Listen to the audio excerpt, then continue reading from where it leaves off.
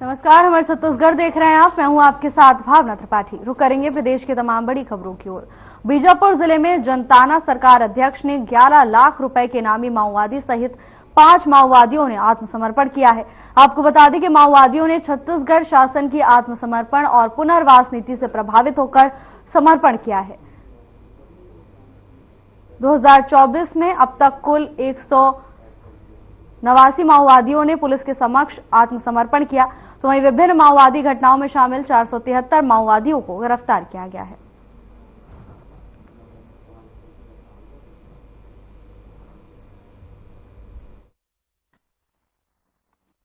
जिले में चलाए जा रहे माओवादी उन्मूलन अभियान के अंतर्गत DRG, Bastar fighter, STF, cobra एवं सीआरपीएफ के संयुक्त प्रयासों से, साथ ही छत्तीसगढ़ शासन की पुनर्वास एवं आत्मसमर्पण नीति से प्रभावित होकर कुल 5 नक्सलियों ने जिला बीजापुर पुलिस के समक्ष आत्मसमर्पण किया है।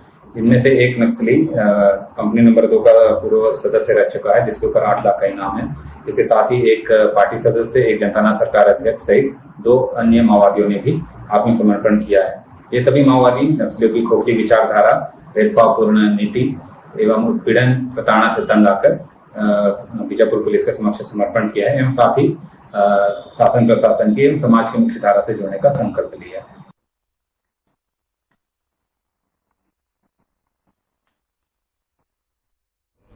कोरबा से एक ऐसी खबर सामने आई है जो आपका दिल दहला देगी।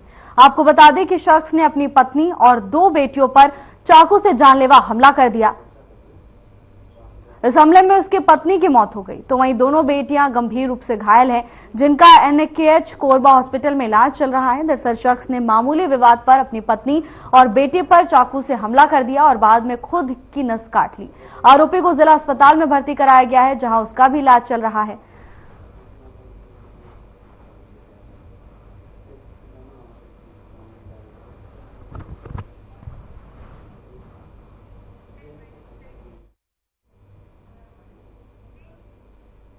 कोरबा जिले में एनटीपीसी के धनरास राखड़ डैम में ग्रामीणों ने काम बंद कर दिया, जिससे राखड़ डैम स्टोरेज से परिवहन कर रहे लगभग 200 वाहन प्रभावित हुए और लगभग 3 घंटे तक प्रदर्शन जारी रहा। आपको बता दें कि युवा कांग्रेस की अगुवाई में यह प्रदर्शन किया गया। इस दौरान ग्रामीणों ने प्रशासन पर भी कई तरह के सवाल उठाए। देखिए हमारी खास रिपोर्ट।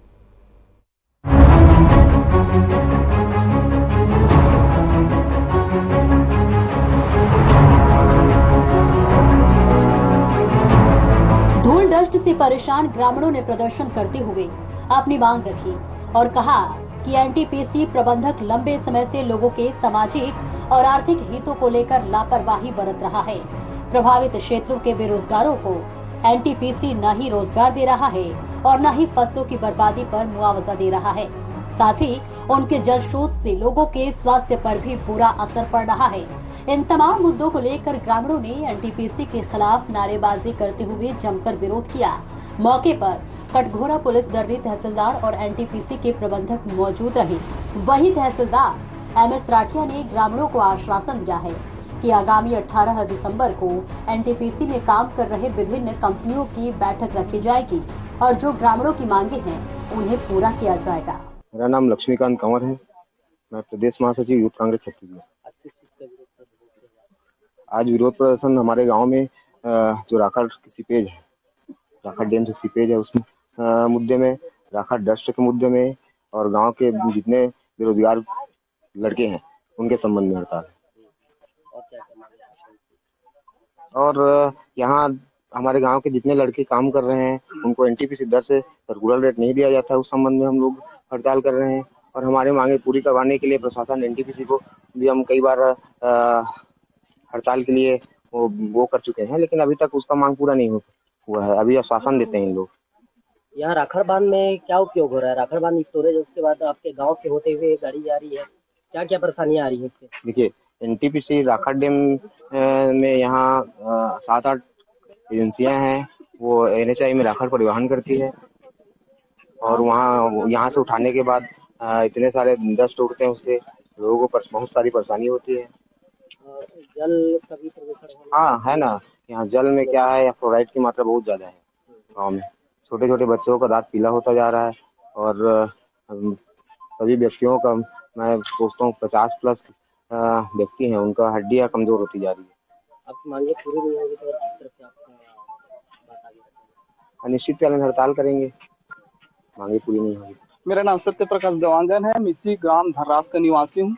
हमारे जो गांव में जो डैम स्थापित हुआ है उसको तो 30 वर्ष हो गया लगभग, और 30 वर्ष में अभी तक हमारे गांव में किसी को न स्वरोजगार दिया गया है, ना किसी को एनटीपीसी के द्वारा कुछ विशेष संरक्षण दिया गया है। एनटीपीसी को अपना हमारे भाइयों के द्वारा जितने बार का हड़ताल किया गया, उसमें मांग रखा गया, वो मांग आज तक पूरा नहीं हो पाया। आश्वासन पर आश्वासन दे दिया जाता है। उसमें प्रशासन के भी लोग आते हैं, जैसे विधायक भी अभी हाल में हुआ था उसमें आए थे। ऐसा लगता है कि प्रशासन भी एनटीपीसी के साथ मिला जुला है। एनटीपीसी से उनको पैकेज मिल जाता है, उसमें हमारे गांव का जो मुखिया है वो भी उनमें संलिप्त है। तब तो ये कुछ नहीं कर पा रहा है एनटीपीसी मतलब यहाँ होता है, लोग बाकी बीच होगा, प्रशासन के लोग आएंगे, एसडीएम आएंगे, तहसीलदार आएंगे, पुलिस प्रशासन आएंगे, उनके बीच में वार्तालाप होगा, लेकिन ये लोग फिर क्या होता है पता नहीं चलता। ऐसा लगता है कि इनके पास एनटीपीसी मोटा पैकेज पहुंचा देता है। तभी ग्रामीण को पूरी तरह शोषण हो रहा है। यहाँ पर आए आप सोच सकते हो सर जी, जब हमारे यहाँ से राख निकलता है, स्पॉट करते हैं, तो रोड में जब राख गिरता है तो बाहरी लोग उसका मतलब आंदोलन कर रहे हैं, चक्का जाम कर रहे हैं। तो सोचिए जहाँ डैम है वहाँ के लोग कितना प्रभावित होंगे, उनका स्वास्थ्य में कितना प्रभाव पड़ता होगा। यहाँ पानी का समस्या है, यहाँ पर 100% 99% लोगों का दांत इतना प्रॉब्लम है, आप जाकर पूछ सकते हैं, दांत टूट रहा है। मेरा भी यहाँ पर दांत लगा हुआ है, इतना खर्चा करके है। मेरे व्यक्तिगत विषय नहीं, आप जाकर पूछ सकते हैं। उनके हड्डी में प्रॉब्लम आ रहा है, इतना स्वास्थ्य खराब है। मेडिकल इनके द्वारा उपलब्ध कराया जा रहा है। बस एक अपने बात को रखते हैं लोगों के बीच कि हम एक कर रहे हैं, हम सामाजिक स्तर पर एक कर रहे हैं, एक कार्य कर रहे हैं, बस वीडियो बना कर ले जाते हैं, ऊपर में दिखाते हैं। और इतना दिन तक हम हड़ताल करते आ रहे हैं, मांग करते आ रहे हैं, मांग को पूरा करने में एनटीपीसी असमर्थ है और कर नहीं पा रहा है। ग्रामीणों का आज धनराशि के ग्रामीणों का विरोध प्रदर्शन था राखड़ परिवहन को लेकर। तो इसमें ग्रामीणों को मुख्य मांग थी कि 2022-23 में जो सीपेज के कारण इनका जो भी फसल का नुकसान हुआ उसको मुआवजा का, और दूसरा है यहाँ जो राखड़ परिवहन हो रहा है उस पर स्थानीय लोगों को रोजगार का, और तीसरा मांग था इनका 2020-21 का जो सीपेज के कारण नुकसान हुआ था उसका मुआवजा के लिए। तो इसमें से 22-23 का तो चला गया है मुआवजा प्रकरण बन के, और बाकी जो रोजगार के मुद्दे हैं उस पर मीटिंग रखकर 18 तारीख को मीटिंग रखा गया है। तो उस दिन का समाधान देखते हैं क्या निकलता है। एनटीपीसी के विरोध में लगातार ग्रामीणों द्वारा विरोध किया जाता है सर, लेकिन उसके बावजूद एनटीपीसी के कारनामे जो है वो निरंतर जारी है। तो क्या हिदायत दी जा रही है? अभी तो इस बारे में मुझे जानकारी नहीं है। फिलहाल ग्रामीणों के प्रदर्शन के बाद तहसीलदार ने आश्वासन दिया है कि ग्रामीणों के साथ एक बैठक रखी जाएगी और जो मांगे हैं उन्हें पूरा किया जाएगा। Bureau report.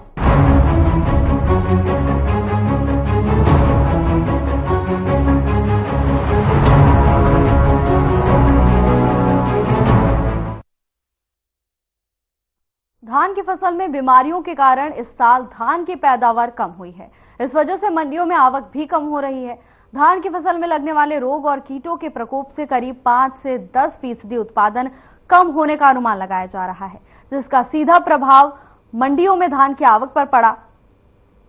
तो वहीं अब किसान भी मान रहे हैं कि पिछले साल की तुलना में इस साल पैदावार कम हुई है। देखिए हमारी ये रिपोर्ट।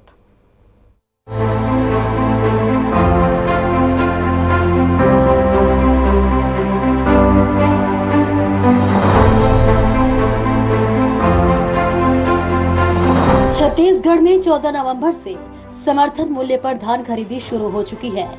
शुरू होने वाली खरीदी में इस साल छत्तीसगढ़ सरकार 25,75,804 किसानों से धान खरीदी करेगी। पिछले साल की तुलना में किसानों की संख्या में तो बढ़ोतरी हुई है, लेकिन धान की पैदावार में गिरावट आई है। कोरबा जिले की बात करें तो पंजीकृत किसान 68,172 हैं, जिनसे गुरुवार तक 2,46,000 क्विंटल धान खरीदा गया। खरीदी तिथि से 20 दिन बाद भी मंडियों में धान की आवक कम हुई है। वहीं किसान भी मान रहे हैं कि इस साल बीमारियों ने उनकी फसल को काफी नुकसान पहुंचाया है, जिसकी वजह से वे समर्थन मूल्य में धान उतना नहीं बेच पाएंगे जितना पिछले साल बेचा था। आपके मन यहाँ धान लेके आए हैं, हाँ का मतलब पहली की अपेक्षा कैसे है धान अपन? मोर है तो अवधि नहीं जानो में, बाकी मोर है 5 साल कम हो फसल। का वजह माना थे? बीमारी बीमारी के चलते। हाँ।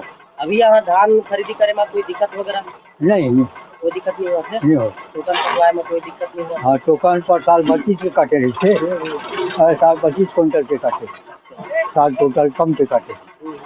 हाँ। अब आप मतलब कोई समस्या वगैरह नहीं अभी नहीं। कॉल वगैरह में अभी तो हो नहीं है अभी। बाढ़ जाना की मात्रा ठीक है? हाँ ठीक है। हाँ मिला। अब बढ़िया चल रहा है, धान खरीदी अच्छा चल रहा है, कोई परेशानी नहीं है, कोई प्रकार से दिक्कत नहीं है। जहाँ पे पब्लिक को जगह मिल जा रहा है वहाँ पे अपना लगा के बोरा वोरा भर रहे हैं, तौलाई उलाई करेंगे, उसके बाद बेच बात जाएंगे सब लोग। उपजाऊ की बात करें तो पिछले वर्ष तुलना में की स्थिति कैसी है? तो इस वर्ष की तो थोड़ा सा कमजोर है समझो, पिछले वर्ष की अपेक्षा।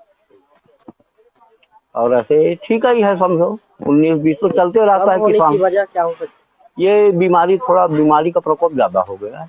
हाँ, बाकी तो पानी वानी भी ठीक था, कोई प्रकार से कमी है वाली बात नहीं। बाकी बारदाना वगैरह का स्टॉक बढ़िया मिल रहा है? हाँ मिल रहा है, बढ़िया मिल रहा है, हम लोग को कोई दिक्कत नहीं। राज्य सरकार के निर्देश के मुताबिक धान खरीदी का काम 31 जनवरी 2025 तक किया जाना है, लेकिन किसानों और मंडी प्रभारियों को एक चिंता यह भी सताने लगी है कि उनके धान निश्चित समय पर उठाव होंगे या नहीं। वर्तमान में अपनी मांगों को लेकर राइस मिलर हड़ताल पर है, इसलिए उपार्जन केंद्रों में उठाव नहीं हो रही। इधर मंडी प्रबंधक भी ये मान रहे हैं कि उठाव नहीं होने से अधिक भंडारण से समस्या आ सकती है। आदिवासी सेवा सहकारी समिति छुरी कला धान उपार्जन केंद्र छुरी कला का प्रबंधक अशोक कुमार दुबे जी, आज धान खरीदी केंद्र की स्थिति क्या है? हमारे यहाँ धान खरीदी का सुचारू रूप से चल रहा है। 14 नवंबर से शासन जो चालू किया है उसके अनुसार में खरीदी है, हर पर डे का खरीदी हो रहा है। और आज का टोकन है 30 किसानों का 1022 कुंटल का टोकन काटा गया है, जिसका तौलाई उलाई अभी चल रहा है। पिछले वर्ष रख रखाव में कुछ तरह की परेशानी आ रही है? अभी क्या है, हमारे पास जो शेड वुड लगा है फड़ है, उसमें अभी धान को सुरक्षित रखा जा रहा है। अब अगर जितना जल्दी से जल्दी अगर डीओ कट जाएगा तो फिर धान का उठाव हो जाएगा, तो फिर हमारे पास स्थिति बन जाएगा। नहीं तो फिर 1-2 हफ्ते के बाद में फिर हमारे यहाँ भी वैसी स्थिति आ जाएगी, जगह नहीं रहेगा धरने रखने के लिए।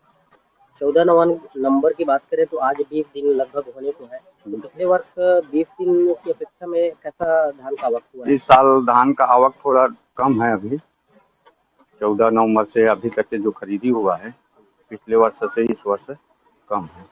उठाव की स्थिति अगर राइस मिलरों का भी लामबंद चल रहा है, उसमें उठाव की स्थिति कैसी होगी? अब देखिए, शासन और ये इनका जो भी ये आएंगे वहाँ से निर्देश, उसके अनुपात में फिर अपना उठाव उन लोग आप करवाएंगे शासन प्रशासन। और ऐसे सब जान रहे हैं कि माने भाई अभी धान उठाव अभी कहीं पे नहीं हुआ है। किसान अपनी फसल उगाने में बहुत मेहनत करता है, लेकिन कुछ कारणों से उनकी फसल बर्बाद हो जाए तो ये चिंता का विषय बन जाता है। कोरबा में भी किसानों को बीमारियों के कारण खराब हुई उनकी फसल को लेकर मायूसी झेलनी पड़ रही है। Bureau report.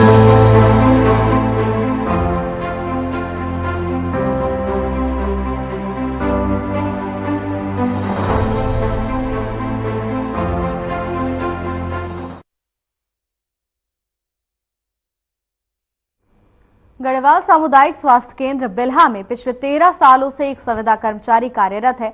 इस दौरान न जाने कितने बीएमओ सीएमओ आए और गए, लेकिन ये संविदा कर्मचारी इतने सालों से यहीं टिका हुआ है।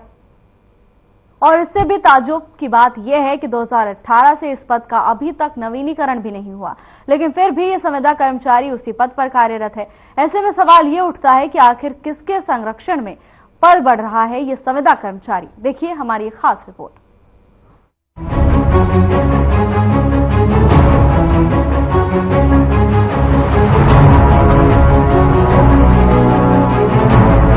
अनिल गढ़ेवाल ये वो नाम है जिसके हर आदेश को पदस्थ कर्मचारी और डॉक्टर अमल करते हैं। चलिए जानते हैं कि आखिर कौन है ये अनिल गढ़ेवाल।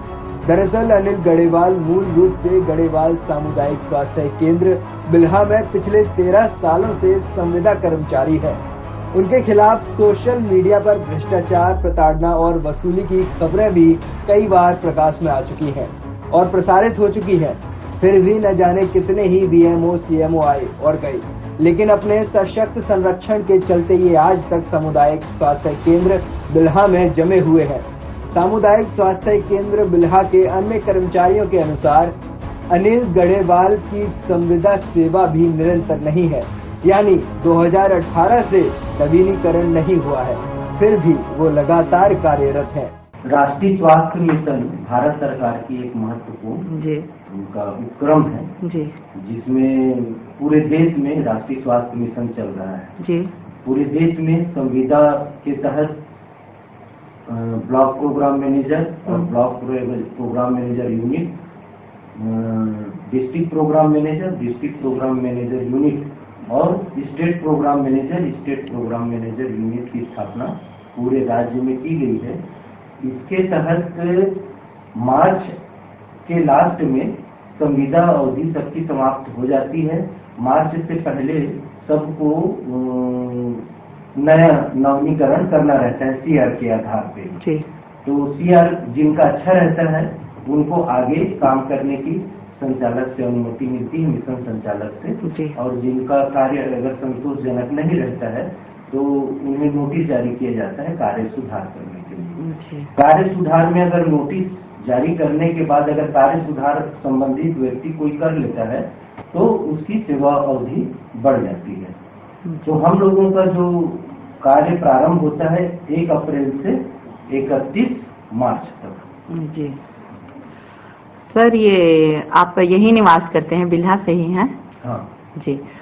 ये सर प्रोग्राम जो है ये किसके आदेश के द्वारा किया जाता है?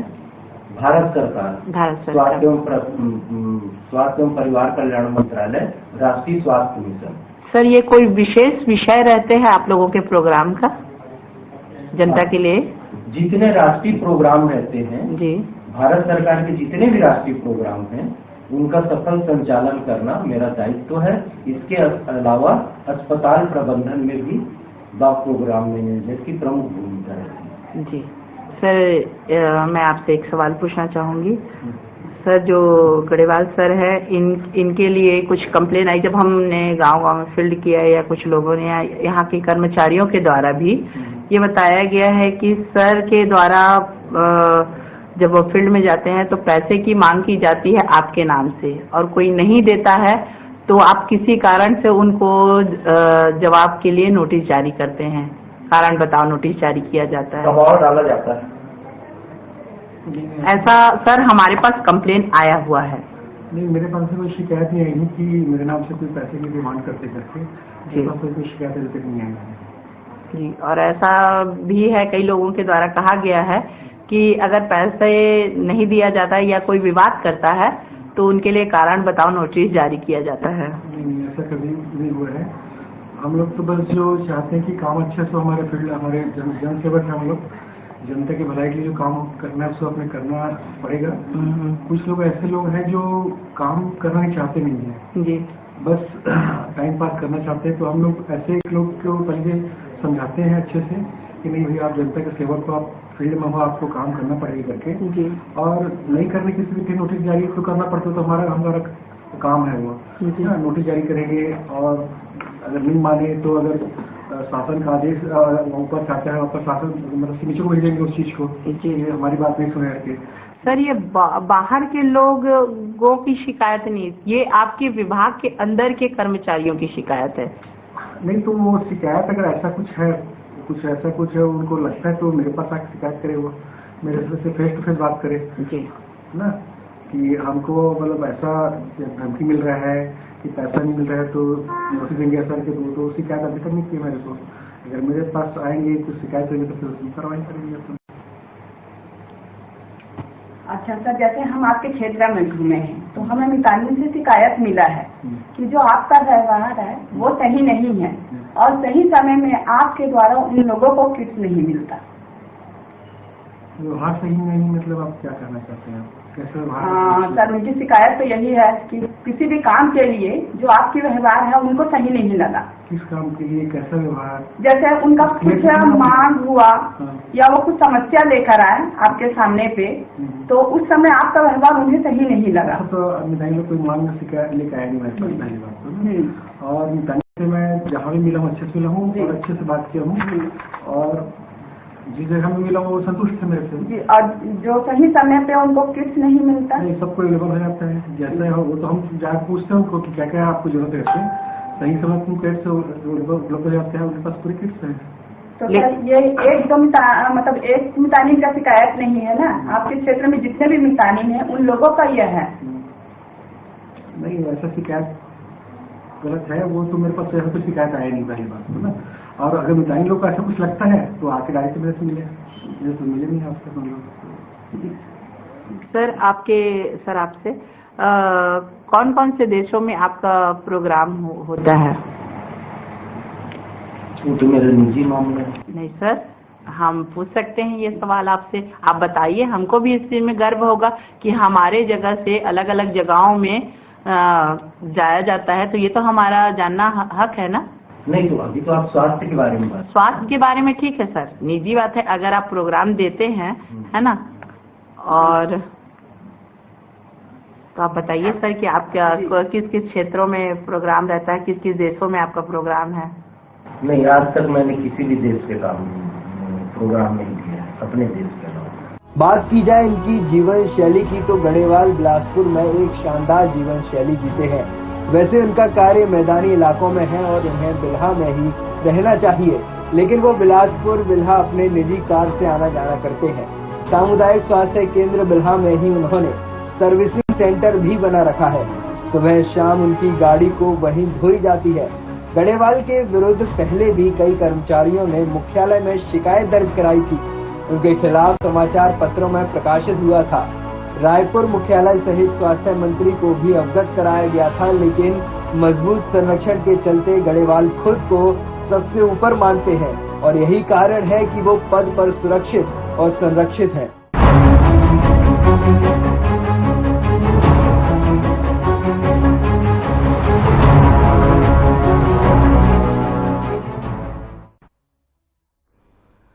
बिलासपुर में 2018 से पद का नवीनीकरण नहीं हुआ और न ही संविदा कर्मचारी को यहां से कहीं और भेजा गया है। 13 साल से एक ही जगह पर यह संविदा कर्मचारी कार्यरत है। ऐसे में अब प्रशासन पर सवाल खड़े हो रहे हैं कि 2018 से अब तक 13 साल होने के बावजूद भी इस कर्मचारी एक ही जगह कैसे टिका हुआ है। ये पूरा मामला बिलासपुर का बताया जा रहा है, जहां 13 साल से संविदा कर्मचारी एक ही जगह पर कार्यरत है और इसको लेकर अब लोग प्रशासन से कई तरह के सवाल पूछ रहे हैं।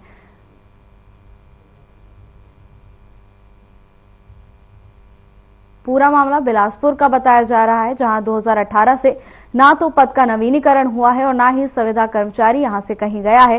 पूरे 13 साल हो जाने के बावजूद संविदा कर्मचारी एक ही जगह पर कार्यरत है।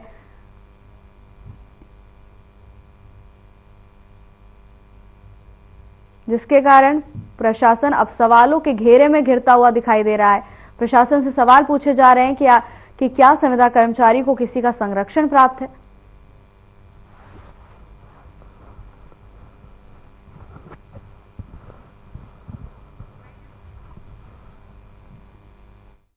फिलहाल के लिए बस इतना ही। जल्द हाजिर होंगे नई अपडेट्स के साथ। नमस्कार।